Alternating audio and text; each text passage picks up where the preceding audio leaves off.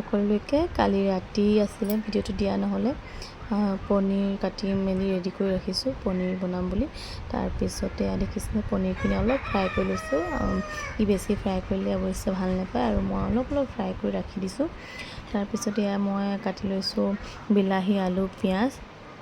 বেছিকৈ মই বিলাহীৰ লগতে খাই ভাল লাগে আৰু পনীৰ য'ত ফ্ৰাই কৰিছিলোঁ তাতে মই আলুখিনি অলপ ফ্ৰাই কৰি দিছোঁ ফ্ৰাই মানে কি ল'ব তাৰপিছতে মই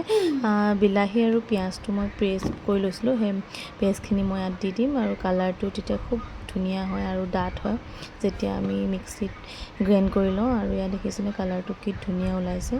আৰু এনেকৈ মই অলপ দেৰি যেতিয়ালৈকে অকণমান কেৰাহীটো লাগি নাযায় তেতিয়ালৈকে অকণমান ভাজি তাৰপৰা অলপ তাৰপিছতে এইখিনি আৰু ইয়াত দেখিছেনে মাছৰ মাথাৰ লগত যিহেতু পচলা বনাম আৰু ইয়াত ফ্ৰাই কৰিছোঁ মাছৰ মাথা এটা লৈ আহিছিলে